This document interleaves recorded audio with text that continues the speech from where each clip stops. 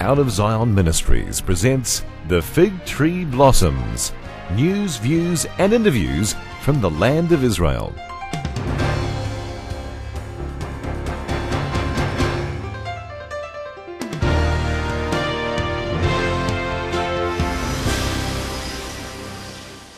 David Silva from Mount Carmel, Israel, with us today. We'll be asking David a few interesting questions about the current situation in the Middle East.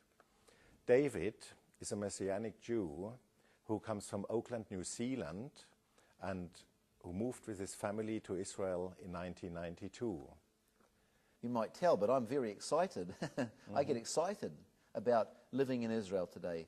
In fact, I find it very difficult to close my eyes in our congregational meetings. I just love looking at all of these other people around me because we are the fulfillment of these prophecies. But I believe the church should also be getting excited, particularly when we see what's happening in the Middle East. And sadly, many churches, I would say from my experience, that somewhere over and above 80% of people who call themselves Christians are actually standing on the wrong side of the conflict. They are actually standing with the Palestinian cause against Israel. And to stand with the Palestinian political cause is really to stand for the destruction of Israel, because that's what they want.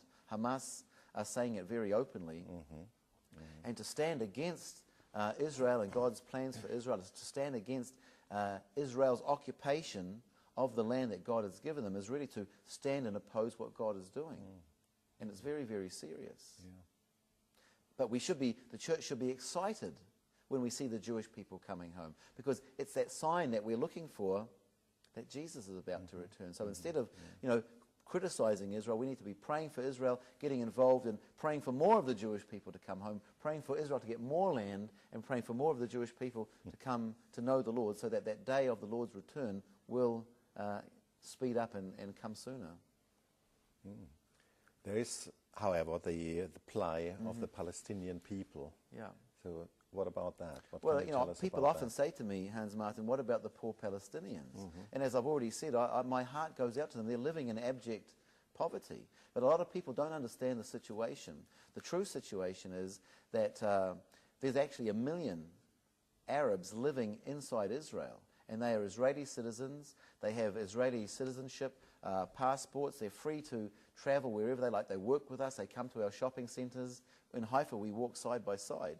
And nobody interferes with them. If you travel in the Galilee, you can see complete Arab Muslim towns with mosques. Nobody touches them.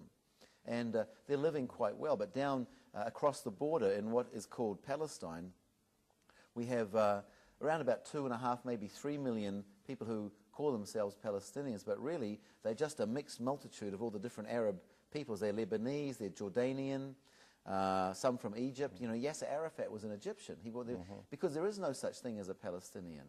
And if there was, actually, if you think about it, if there was such a thing as a true Palestinian, they would be Jewish, because when Israel first had its name changed to Palestine, Jewish people lived there. And interestingly, coming up to about who was it who first introduced the name Palestine? Well, it was the Romans. When they destroyed Jerusalem in 70 AD, they changed the name of Jerusalem to Irulinus Capitolinus, and they changed the name of Israel to Palestine.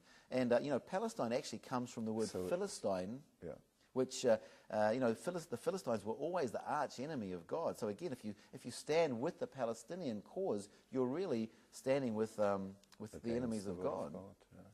But these poor Palestinians, Europe gives, or was giving, the Palestinian Authority 10 million, it was either US dollars or euros, it doesn't matter, it was a lot of money every month.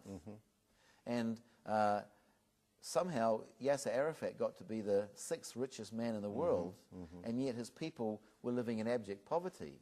And of course they were blaming Israel, but the question is, where did all the money go? And you don't have to be a professor of economics to understand that it was being stolen. And the thing is, most of the Israeli Arabs would never want to be under Palestinian leadership, because they see the poverty in which they're, some of them are cousins and family members are living, because they're living under a wicked political system that has been stealing the money. So Israel's done everything we can to help.